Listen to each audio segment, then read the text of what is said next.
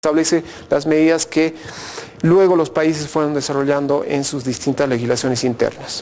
¿Cuáles son los estándares anticorrupción en estos instrumentos anticorrupción a nivel global? Fundamentalmente abarcan 4 áreas que los países deben adoptar en materia de prevención y lucha contra la corrupción. Iremos desglosando cada una de ellas. El primer ámbito en el cual las convenciones anticorrupción hacen mucho énfasis: prevención. En estos, las convenciones anticorrupción exigen que los países adopten mecanismos, medidas, normativa que permita a la gestión pública, a la actividad administrativa del Estado ser transparente.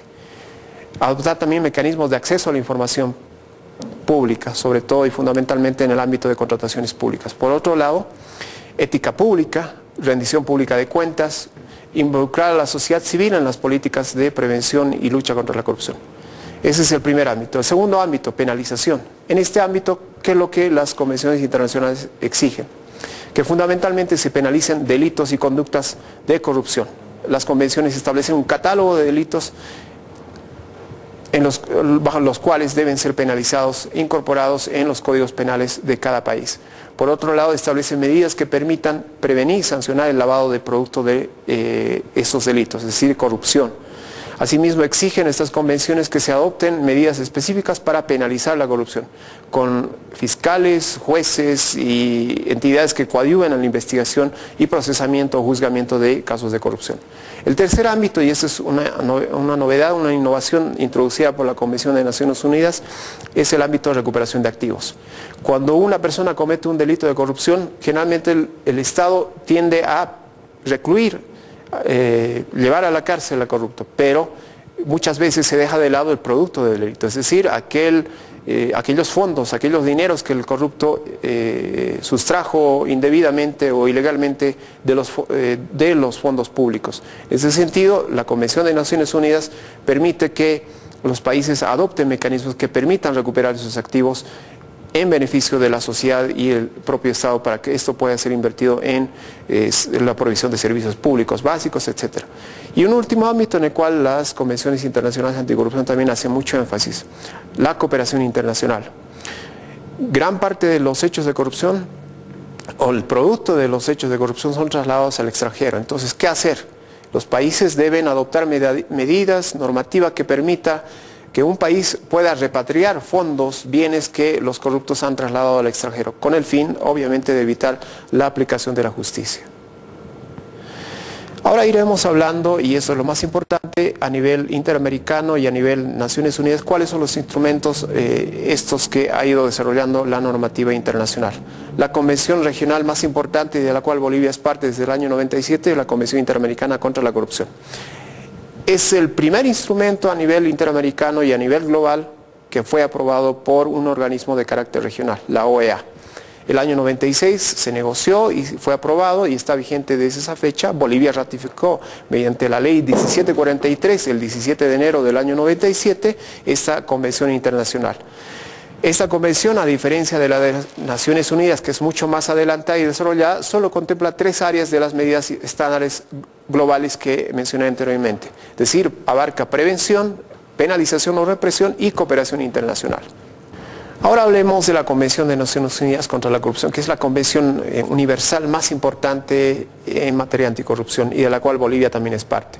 Esta convención, como dije, establece las medidas estándar a nivel global que todo país debe adoptar si quiere luchar adecuadamente contra la corrupción.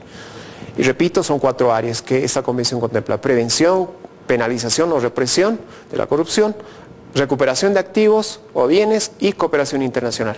En ese sentido, diríamos sobre esta convención que son parte de esta convención 144 países del mundo. Fue negociado entre el 21 de enero al 1 de octubre del año 2003. Bolivia es parte de esa convención a través de una ley, la ley 3068, aprobada el 1 de junio del año 2005. Y diremos que para la aplicación de esta convención existen órganos específicos, instancias especializadas de Naciones Unidas que velan por que se aplique, se implemente en cada país. Por un lado está la Conferencia de Estados Parte, la reunión de todos los países o estados que han suscrito y son parte de esta convención. Por otro lado, los grupos de trabajo, es decir, grupos especializados técnicos que trabajan en la implementación y adopción de medidas en los 4 ámbitos que dije.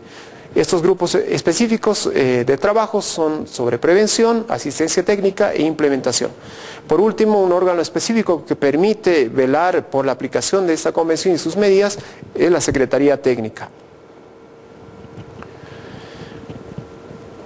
Continuemos con la Convención de Naciones Unidas. ¿Cuáles son los propósitos de la Convención? Por un lado, prevenir y combatir de manera eficaz y eficiente la corrupción. Por otro lado, hacer posible la asistencia y cooperación internacional, incluida la recuperación de activos entre los países que son parte de esta convención.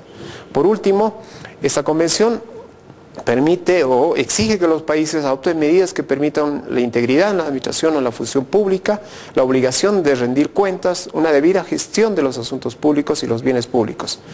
Esos son los propósitos de la Convención de Naciones Unidas y quizás los más relevantes a nivel global por la complejidad, la amplitud de las medidas, la integralidad de las medidas que tiene esta convención. Ahora hablemos de las medidas claves que esta Convención de Naciones Unidas contra la Corrupción tiene y ha adoptado y que permite a los países encarar de manera mucho más eficiente la lucha contra la corrupción.